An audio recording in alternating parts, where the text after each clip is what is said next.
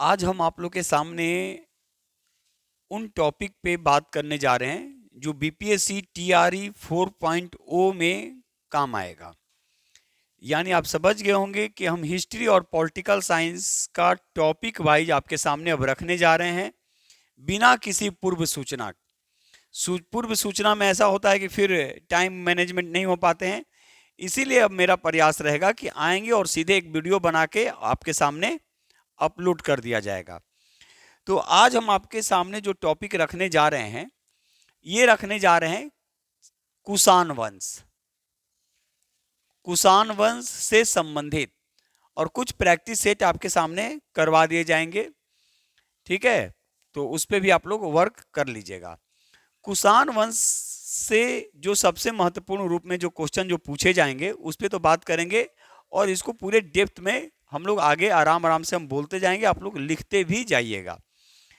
देखिए, कुषाण वंश में 3-4 क्वेश्चन जो है वो फिक्स है। जैसे आप ध्यान दीजिएगा कि कुषाण वंश का संस्थापक, तो कुषाण वंश का अगर संस्थापक पूछेगा कि कुषाण वंश का संस्थापक कौन, तो ये था कुजुल कड़फिसस। याद रखिएगा, कुजुल कड़फिसस। अब इसका उत्तराधिकारी पूछेगा कि इसका उत्तराधिकारी कौन, तो ये था विम कड़फिसस। विम कड़फिसस। विम कड़फिसस के संदर्भ में प्लिनी ने क्या कहा, ये ध्यान से देखिएगा। प्लिनी ने कहा कि भारत के साथ जो व्यापारिक संबंध जो स्थापित थे, ये याद रखिएगा, क्योंकि व्यापारिक संबंध तो थे ही, तो रोम और चीन के साथ, रोम व चीन के साथ। तो अब यहाँ पे एक क्वेश्चन आपसे पूछा जाएगा कि कुषाण वंश के समकक्ष और कौन कौन जो उस समय पूरे विश्व में जो थे, तो कौन कौन थे। तो दो तो क्वेश्चन यहाँ से हो गया, रोम और चीन, और एक होता है पार्थिव। पार्थिव, तो रोम, चीन और पार्थिव जो थे वो इनके समकक्ष थे। किनके समकक्ष थे? कुषाण वंश के।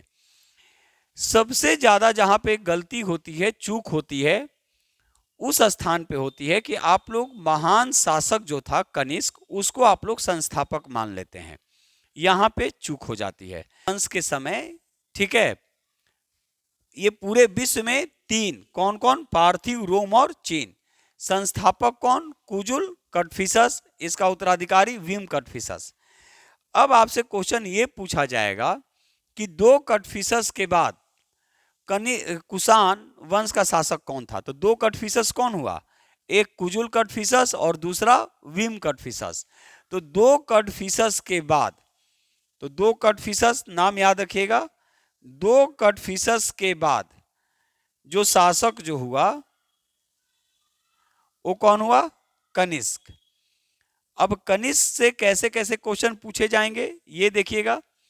देखिए, सिल्क रूट का भी विकास कुषाण के समय हुआ। सिल्क रूट यानी रेशम मार्ग जो चीन से होकर गुजरता था। अब कनिष्क से कैसे कैसे क्वेश्चन पूछे जाएंगे ये ध्यान रखिएगा। कनिष्क के शासन काल में चतुर्थ बौद्ध संगीति होती है। यानी अगर आपसे क्वेश्चन पूछा जाएगा कि बिहार से बाहर पहली बौद्ध संगीति या फिर चतुर्थ बौद्ध संगीति, तो चतुर्थ बौद्ध संगीति जो हुआ, ध्यान रखिएगा, चतुर्थ बौद्ध संगीति का आयोजन कनिष्क के शासनकाल में हुआ, कनिष्क के समय हुआ। ये कहाँ हुआ? तो कश्मीर में हुआ, ठीक है। अब इसके अध्यक्ष कौन थे? तो अध्यक्ष अगर पूछेगा तो वसुमित्र। याद रखिएगा, काफी महत्वपूर्ण प्रश्न है।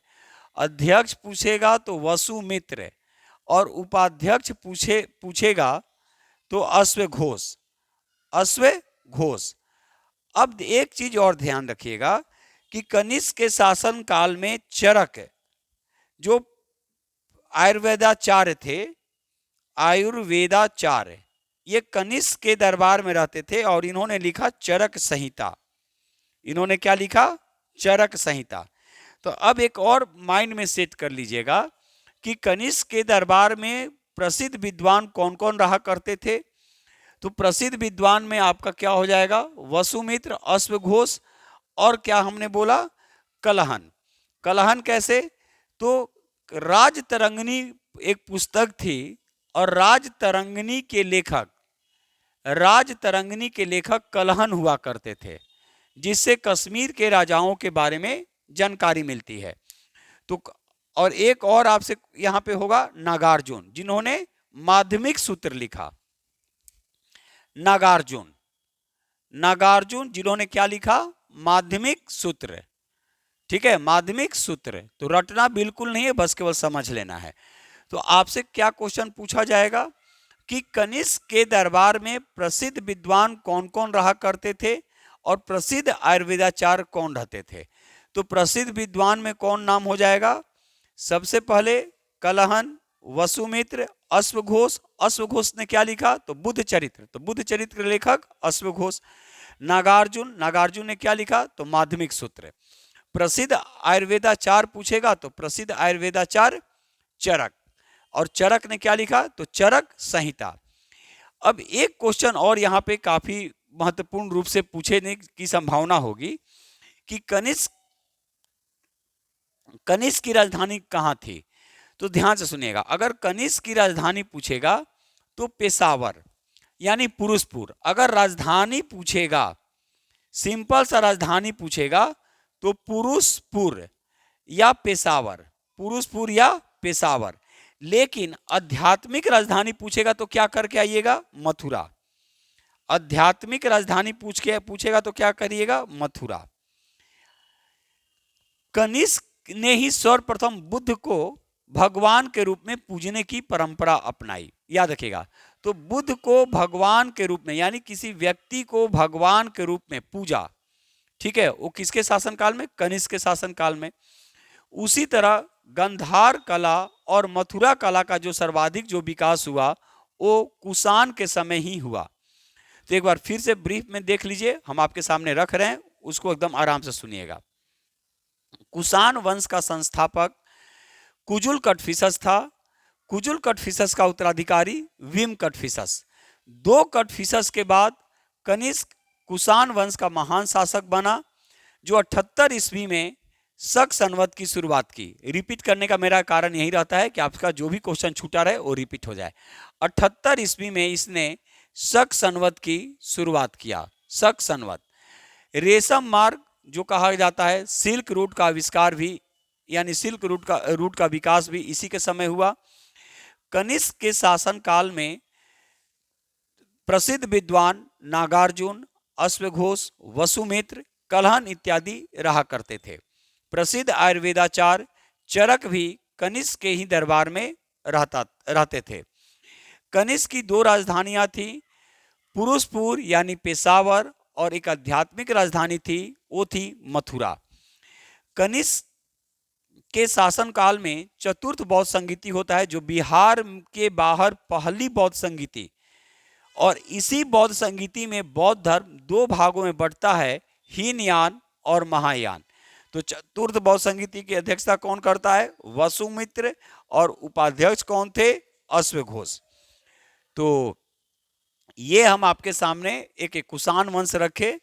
अगर ये सेशन अच्छा लगेगा तो आप लोग जरूर एक बार कमेंट्स करेंगे, शेयर कीजिए, और मैक्सिमम बच्चों तक ये पहुंचे कि यूट्यूब पे केवल हाय तौबा मचाने से नहीं होता है, एक दूसरे टीचर पे छीटा काशी से नहीं होते हैं कि हम केवल एक दूसरे टीचर पे आरोप लगाएं। खुद की कमी को है तो खुद की कमी को दूर कीजिए, छात्रों के बिहाफ में काम कीजिए। और हम बार बार बोलते हैं, हम हमेशा छात्रों के साथ हैं, छात्रों के साथ ही रहेंगे। और मेरा एकमात्र उद्देश्य है सिर्फ पढ़ाना, पढ़ाना और पढ़ाना, वो भी सही तरीकों से, बिना किसी पे कुछ आरोप प्रत्यारोप लगाए हुए। और इसीलिए हम आपसे बार बार बोलते हैं, आपका काम है पढ़ना, मेरा काम है पढ़ाना, और इसी को आगे बढ़ाना है। और एक मेरा उद्देश्य है, यानी आशुतोष पाठक का एकमात्र अभियान, हर घर में सरस्वती विराजमान।